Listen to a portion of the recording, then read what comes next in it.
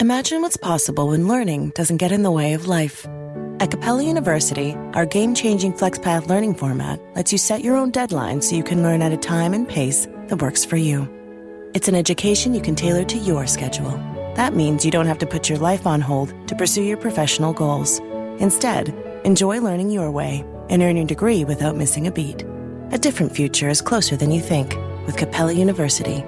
Learn more at capella.edu.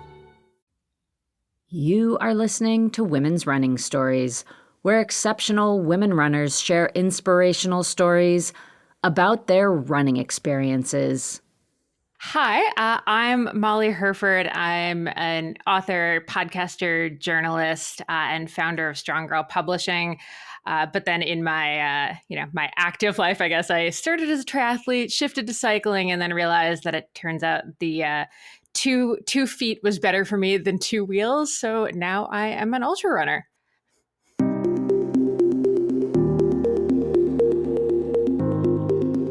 Yes, in this episode, you are going to hear from Molly Hurford and how she has combined her call to be a writer with her eventual call to be an athlete, and how that has become a powerful force for change and inspiration for Molly herself, as well as the girls and women she writes for and publishes books for. But before you hear more from Molly, I want to welcome you to Women's Running Stories. I am Cherie Louise Turner, and I'm the host and producer of this podcast. Thank you so much for being here. Now on to Molly Hurford's story. A little background. Molly currently lives in Collingwood. That is in the province of Ontario, up north in Canada. But she grew up in New Jersey, and you will hear her mention both places, as well as New York City. I first met Molly because her publishing house, Strong Girl Publishing, is the one that put out Micha Powell's book, Sprinting Through Setbacks. And I featured Micha last year on the podcast in an episode that was centered around her book. And I will link to that episode in the show notes. Molly connected me to Micha, and then I learned more about Strong Girl Publishing. And then I learned that Molly herself is an ultra runner. In addition, her writing and her publishing house, Strong Girl Publishing, is focused on women in sport. Molly herself has published many books, including the popular Shred Girl series. So Molly is herself writing books about girls and women in sports, and she is creating a space for other women to do the same, and then putting these books out into the world to inspire women and girls to be athletes. It is altogether a very cool, positive feedback loop of reading, writing, and sports, creativity, and movement.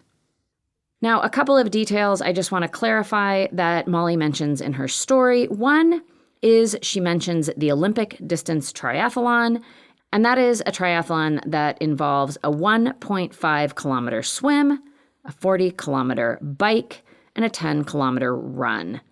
Molly also mentions the Ironman triathlon, and as a refresher, that is a 2.4 mile swim, a 112 mile bike, and a 26.2 mile run, which is the marathon distance. Molly also talks about a friend going after a record on a very long trail, and there Molly is talking about setting a fastest known time, which is also known as an FKT. All right. Now on to Molly's story, which at its core is all about melding two driving passions in her life, writing and being an athlete. So let's get to it. Let's hear Molly Hurford's story, beginning with a time when young Molly was just starting to discover who she was and who, at the time, she firmly believed she couldn't be. Here to tell her story is Molly Hurford. So little Molly was a bookworm. I was going to be a writer from a very young age. Apparently, I was like 2 years old and telling my mother that I was going to be an author when I grew up. That was just where I was heading. And, when I grew up in the mid 80s, early 90s, you really weren't both a nerd / bookworm and an athlete. It just didn't really go together. So even from a young age, I really hung on to this identity of I'm not an athlete. Like, I just couldn't be. It just didn't make sense. So as a result, I really developed a lot of expertise in avoiding gym class and running the mile. So Americans will know the Presidential Physical Fitness Test. And I think maybe in the 12 years or so of doing it, I think I ran the mile once. Every other time I managed to, fake a fall, fake throwing up, fake fainting one year, actually. Anything I could do to avoid having to lap the track 4 or 5 or whatever number of times it was. It was my area of expertise, and the same applied to gym class. Not only was I like the last person picked, I was the last person picked because I was hiding in the back trying to not be picked. Just trying to kind of like sneak behind our stage was in the same room as the gymnasium. I'm like trying to hide behind the curtains, just like, let's maybe just, I'll stay on the sidelines. This is fine. I have a book. I got banned from reading at recess in the 4th grade because they didn't think I was getting enough movement in. So I actually sewed a pocket into the inside of my coat so I could smuggle books out on the playground because I had to be checked for books heading to lunch. So that is the level of my non-involvement with sports.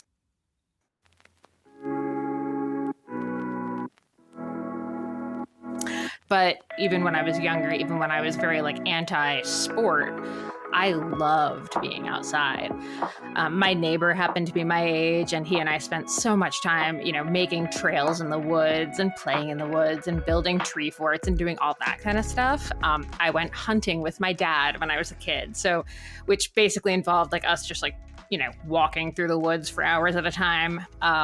He and I picked up surfing when Blue Crush came out, and every young woman in America decided that they were going to be a surfer.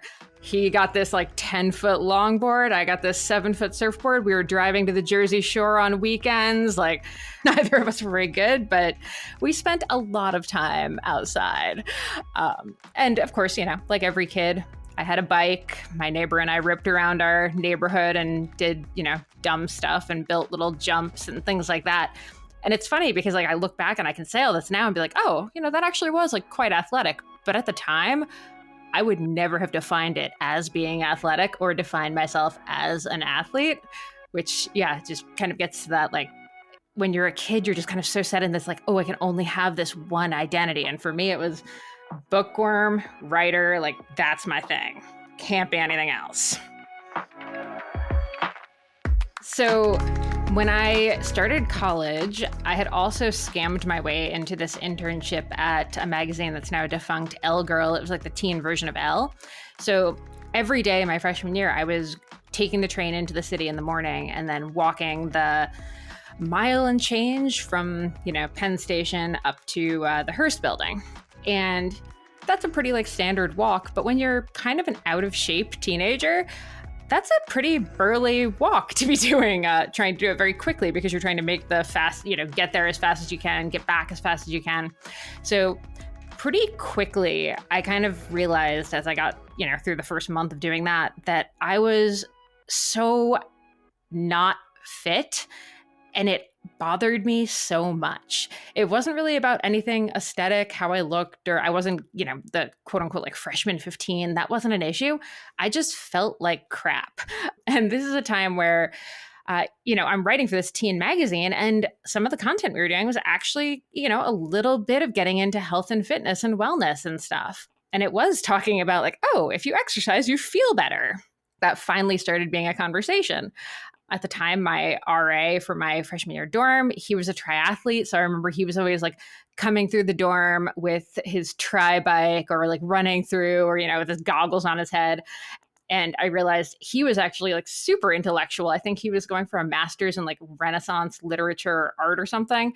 He was very punk rock. He had tattoos. I was punk rock. I had tattoos. And suddenly I was like, oh, this guy is pretty cool. And he's doing triathlon. I think I'm going to do triathlon. I'm like, oh, what triathlons do you do? It's like, oh, I do Ironman. I'm like, I'm going to do Ironman. It took 2 years, but I built up to, my first summer I did an Olympic distance triathlon. And then summer after that, I did an Ironman because that's just, he said, I do Ironman. So I was like, I can do that. But I remember getting started running, as someone who never did the mile in gym class, never got through it once, suddenly trying to figure out how to run a mile was so painful. Luckily, where I was at school, there was sort of like a pretty easy like block around campus you could run, and it was about a mile. So every day I would get out of my dorm room, like in the morning. That was the first thing I started doing was I'd go out. Run is kind of a nice term for what I did. Hobble, Frankenstein shuffle, whatever you want to call it, make my way around this 1 mile and get back, kind of collapse on myself. And then, do it again the next day. I would spend, my spare time. I started doing my reading for class in the gym on the stationary bike, just pedaling away while I did my reading. And then I realized, like, being at the gym there, I was like, oh, I'm not the only dork in here. Most people are, on the bike reading or on the treadmill reading. And slowly I started realizing, I could kind of combine all of my identities and started actually really enjoying the running part of it.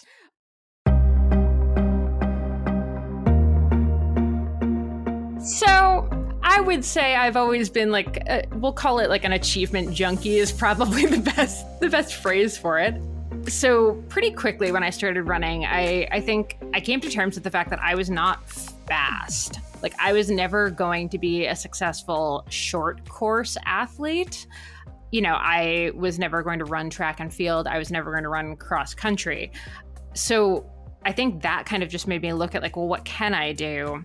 And I think for whatever reason, I've always found like I'm very intrigued by the idea of going long, because all you need to do is just, I say all with like quotation marks around it. All you need to do is just keep putting one foot in front of the other. In a weird way, your time actually stops mattering as much the longer you go. I mean, there's a reason that now I go for 100 milers and 50 milers and haven't touched the marathon in a really long time. And it's because even the marathon is very time-based, whereas a 100-miler, you're not looking at the clock really. Like there's just nothing you can do about it. You pretty much just have to keep going.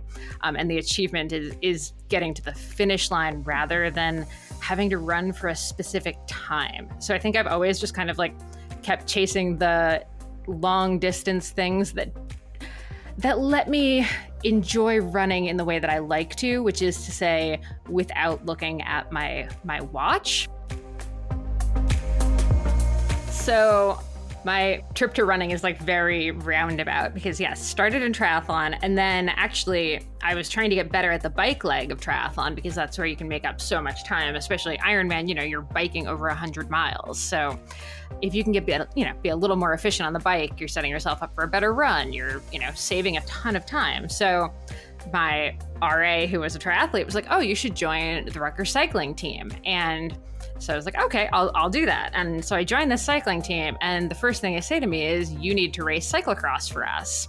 And it wasn't that they thought I was going to be an amazing cyclocross racer or anything like that. It was that our collegiate conference had just changed the rules around and women's points counted for a lot more. And they currently didn't have any women who were racing cyclocross. So they needed one in order to, continue winning Eastern Collegiate Cyclocross Championships. So they're like, here's a cyclocross bike. You're going to race cyclocross for us. So I was like, all right, I guess I can do that. You guys seem cool. So I started racing cyclocross. And if you've never watched a cyclocross race, I highly recommend it. It's the funnest kind of bike racing there is. It's basically if you take cross-country running and steeplechase and slam them together and put a bike in, you get cyclocross. There's barriers that you have to hop off your bike and run over. There's tons of mud. The courses are pretty short. They're like 8 to 10 minute laps. It's muddy. It's messy. It's cold. It's disgusting. It is so much fun. It made me fall so in love with really like the dirt side of things, we'll say. So this is kind of my like intro to trail is really what cyclocross did for me. And it also, really kind of started my career in cycling journalism. So long story short, I was writing for a bunch of cycling publications, doing a lot of coverage of cyclocross stuff, and ended up working with a professional cyclocross team managing it. But then we were over in Europe and I didn't have a bike. I'm just going to these races with people. So I started running more again because I was like, well, I can't ride because I don't have my bike here. So I guess I'm going to, start running on all of the trails that all of these cyclocross people are practicing on. So suddenly I'm out trail running more and more. Fast forward, I'm still writing about bikes. I'm writing a bit more about running, just kind of like endurance sport in general. And totally randomly, like this is 8 years ago, maybe, some PR company reached out and was like, hey, Under Armour's putting on this vertical like mountain run series in Killington, Vermont. Do you want to do it? There's like a 5K, a 20K, 10K and a 50K. And I'm like, yeah, I'd love to do the 50K. And they're like, you mean the 5K? I'm like, no, the 50K, why not?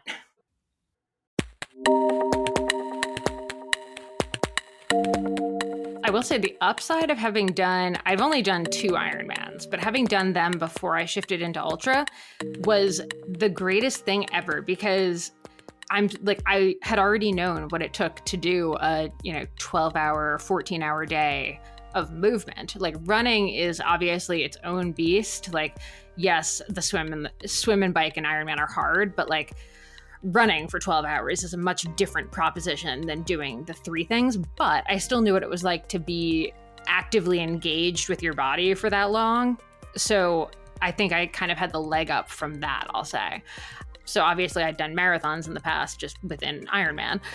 And then the summer leading up to that, I think the longest run I had done was probably around 20 miles. So, not short, not long. But honestly, so start line, like as I was just saying with triathlon, the other upside of a start line at a running race is, what's not going to happen? No one is going to kick you in the face. When you do triathlon, that is almost inevitably going to happen. The triathlon start is you sprint into water. You dive into murky, often disgusting water.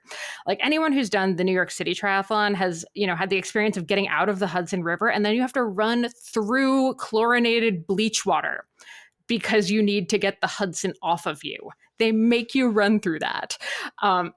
So you know what? When you're starting a run and it's just like, oh, this is a group of people and we're all just going to like go, that is so much less stressful than diving into the Hudson.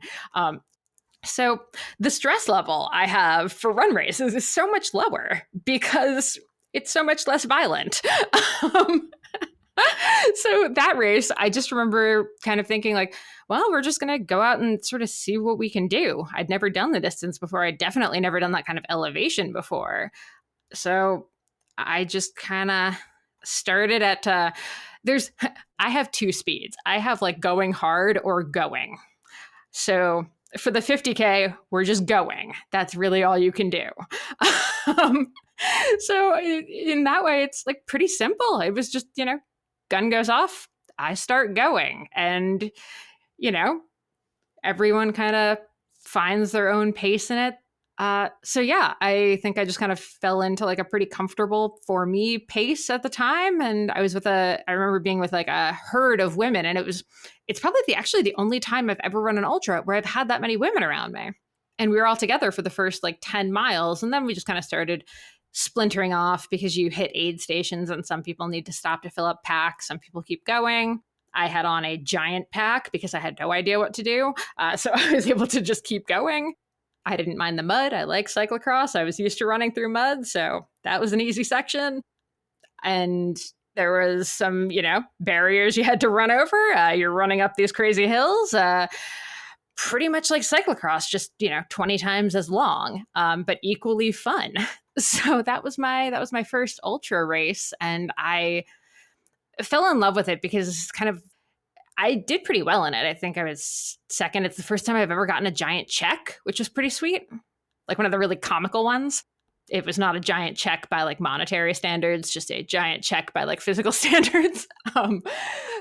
So yeah, I was just like, oh, I love this because I can, be racing and do really well and all that. But like my time doesn't matter. My pace doesn't matter. I don't have to like look at my watch. It's just me running against me.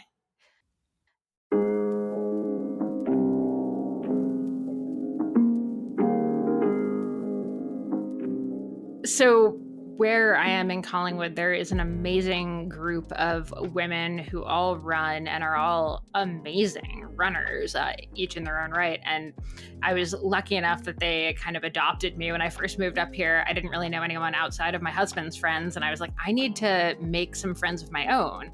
And the problem was all of his, like, he was friends with everyone in the cycling community. So I was like, oh no, I need to make friends that aren't cyclists. So I found a woman on Instagram who ran, and I basically like cold DM'd her to be like, do you want to be friends? Luckily, she's like one of those people that not only is like, yes, I want to be friends, but like, here's all of my friends, and now you're part of our group, and like, you're in it for life.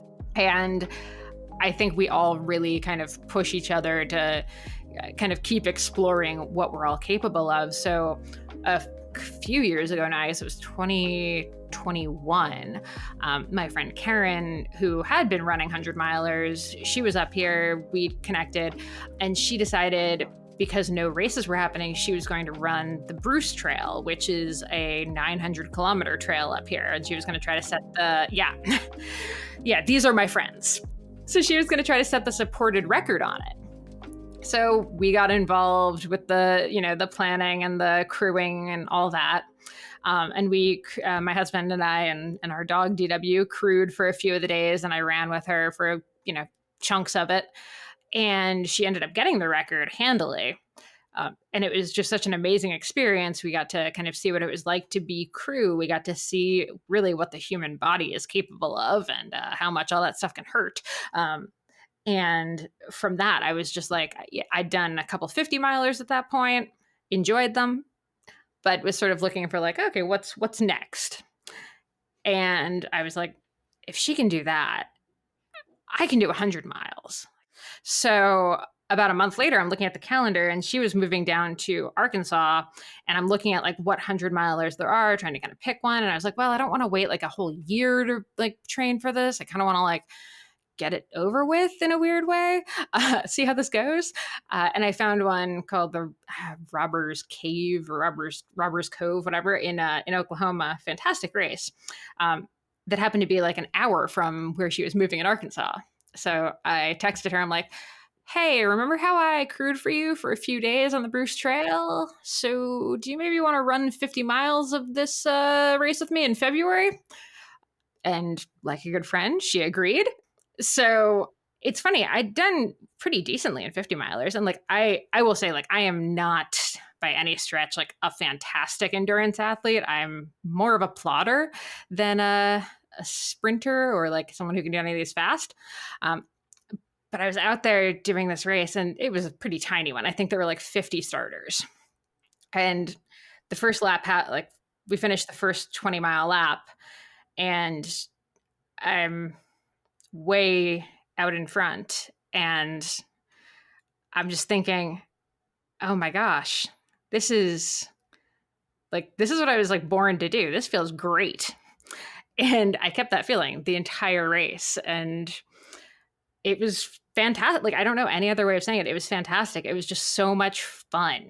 Like, I had the best time, even when it was dark out, and Karen and I are trying to like make sure we don't take wrong turns, because it's a crazy figure 8 course where it's like doing these weird loops, and like at one point we almost went the wrong direction. Anyway, I like finished, and I'd set the course record for the men and the women, and like by hours, and I felt great. And I was like, I guess this is what I want to do.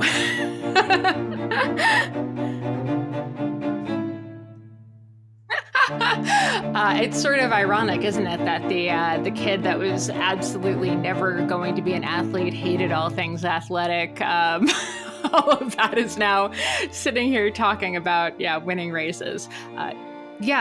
It's sort of funny to think about it, and I think this is like the type A achiever kind of side of me that's going to come out and say, like, I'm, in the scheme of things, I'm not actually that great at this. Like, I'm not one of like the best in the country or the world or whatever. And I don't think I could ever be in that category, because I have too many other interests that prevent me from training for it the way that I would need to, or living for that the way I would need to. It's a weird thing, I think, because it's not something like, it's still really odd for me to see myself as an athlete, even though this is quite literally like what I do with my life is I try to tell, girls and women that we're all athletes and that everyone can be one. And actually it's even weird doing well in it sometimes, because then it almost is then hard to say like everyone just needs to enjoy the sport and like, find something that like makes you feel good, because then I still have this like back of my mind thing that's like, yeah, but also like find the one that you can win at. Which for me maybe is just part of where the joy comes from. I don't know. I think honestly I was more just shocked when I finished that race. Like when I crossed the line, I remember like checking my Strava, checking my GPS like 800 times, because I was like kind of in like slight disbelief that I'd actually done what I did. And I remember like having this like weird sense of like, wait, did I actually do that? Did that really just happen? And I don't know, running is sort of just one of those things that I do. I feel like it's very much more for fun and for me. To me, like the bigger wins, the bigger successes are the feeling I get when we get to, host a book signing with Micha, or, when I've had girls or parents come up to me and say, their kid read the Shred Girls books and now she rides bikes, or vice versa. Their cyclist read the Shred Girls books and now she's a reader, or, someone read Running as Fast as We Can and, now is going to try out for high school cross country because it doesn't sound as bad as she thought it did. Like those things to me are so much more meaningful than any finish line, really. So I've always kind of loved bringing women together through my books to solve a problem that they have about athletics, which is a very long kind of three-prong approach. But Shred Girls came about because we were trying to answer a question for a bicycling magazine feature that I was working on, which is, why are young girls dropping out of cycling, and what keeps the girls that are getting through the like preteen years where the dropout rate is so high for girls in sport? What's keeping them in? And so I was interviewing all these young girls, and what was keeping them in, it turned out, was the only reason they would stay in is if they had friends who were also riding bikes. Which is so simple. It sounds really simple, but it's actually really tricky, because if you have a bunch of your friends that were riding bikes that then drop out, you're going to drop out, like almost certainly. So how do you keep them in? Or how do you, if you're the only girl who rides bikes, how do you bring other girls into it? And, a lot of girls at that age, if they are athletic, probably are doing team sports. They're probably, racing cross country or on the softball team, or, they're crushing that presidential physical fitness test. But I was like, okay, here's what we can do. We can get the nerds. We can get the bookworms. We can get them on bikes, because that is an individual in the woods, like activity you can do that does not involve team sports. You don't have to like redefine yourself as an athlete. We're kind of meeting them where they are. And how do we meet the bookworms? How do we get the bookworms hooked on the idea of biking? When I was a kid, I read the Babysitter's Club books, and I babysat because those books made babysitting seem cool. Babysitting sucks. Like, I'm sorry, like it's just not a fun experience. But I did it because a book told me it was cool. So I was like, well, biking is way more fun than babysitting. So if I can write a book about biking, maybe that'll, do even better. We're not quite at Babysitter's Club level yet, but I like to think we're going to get there. But so I started writing the Shred Girls books, which basically follow three girls through all of these adventures and, growing up and, stuff around friendship and finding themselves. And they happen to be riding bikes. And, I started doing stuff with girls' bike groups, and, that just really kind of grew itself pretty organically. And then through that, I was hearing from young women, girls who were now out of college or, just getting out of college. They still wanted to race. They were still actively racing. And they had these great stories. And they'd be like, oh, I want to write books too. Like, do you have any tips for me? And the publishing world is not super kind to, 23-year-old cyclists without huge social media platforms, as it turns out. And, self-publishing isn't easy, at least not to do it well. And I started kind of turning that concept over in my mind. And I realized, beyond the Shred Girls, like, there are these young women who have these great stories that could inspire other young women, other girls to, find all different kinds of sports. Because I don't think biking is the be all end all. I don't think running is the be all end all. Like there's so many different options and ways that girls can move. So I decided that obviously I can fix this, huge societal problem.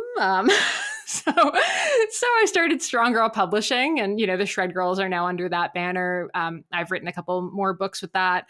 We've had we published Micha Powell's memoir, Sprinting Through Setbacks, this past summer. We actually just announced Vanessa Kuhlbeck, who is a PhD candidate at the University of Toronto, who does work in body image and sport. We're doing a series called The Mirror Diaries with her that's coming out this year. Shred Girls Book 4 is out this summer, and we have one more author this year that I will be announcing pretty soon. And yeah, it's growing. It's we're slowly expanding, beyond just the cycling scene. Now we're in running. We'll be in basketball and talking to a lot of funny enough, team coaches now about getting our books to their teams and doing more like workshops and stuff to really try to, bring more girls who aren't traditionally excited about the idea of being athletes, or, they're nervous about how they're going to be perceived, or, they're just nervous they're not going to fit in with the other girls on the team. And, what I've found over the years is that, turns out athletes are pretty nice, and it is pretty cool being part of this crew. So, the more girls I can kind of convince to embrace multiple identities, if you will, the better.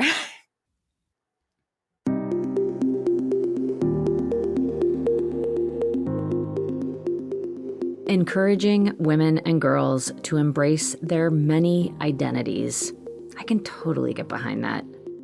And that does bring us to the end of Molly Hurford's story on the podcast. But of course, there is so much more to come. Molly is looking ahead to racing more 100-milers, and of course, there are many books on the horizon. Look to the show notes for how you can keep up with Molly and Strong Girl Publishing. I want to thank Molly so much for sharing her story. Thank you, Molly, for coming on the podcast and sharing this story, and also thank you for everything you're doing for women and girls in sports. I am really excited to see how your running, your writing, and Strong Girl Publishing develops over time. And that is going to do it for me for this week. Thank you so much for coming and listening to this podcast. I always appreciate it. I also always appreciate when you share this podcast with someone else you know will enjoy these episodes too. Thank you. I am Cherie Louise Turner. I'm the host and producer of Women's Running Stories. And until next Tuesday, I do wish you healthy, joyful strides forward. Women's Running.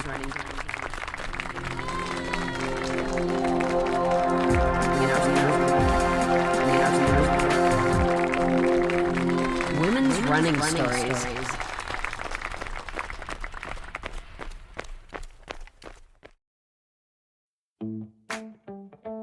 Running should be simple. Just put on your shoes and go. And yet, when you try to learn about how to get better at it, especially as you age, you're confronted with conflicting advice, complicated workouts, and confusing nutrition trends that just won't work for you. On The Planted Runner, I'll share exactly how to run faster, longer, and feel great doing it at any age, because you don't have time to waste. I'm Coach Claire Bartholic, and I went from not running at all in my late 30s to finishing a marathon in 2:58 at age 42, all on a plant-based diet. I've helped hundreds of runners achieve new personal records well into their 60s and even 70s with science-backed training, plant-based nutrition, and proven mental strength techniques. Each episode of The Planted Runner is like a private coaching session on the run, where you'll learn from me and the guests I interview. You'll get actionable lessons to help you become a better runner every week and reach goals that you never thought possible. Whether you're training for your first 5K or your 50th marathon, take along The Planted Runner on your next run. Let me show you how your best running is still ahead of you.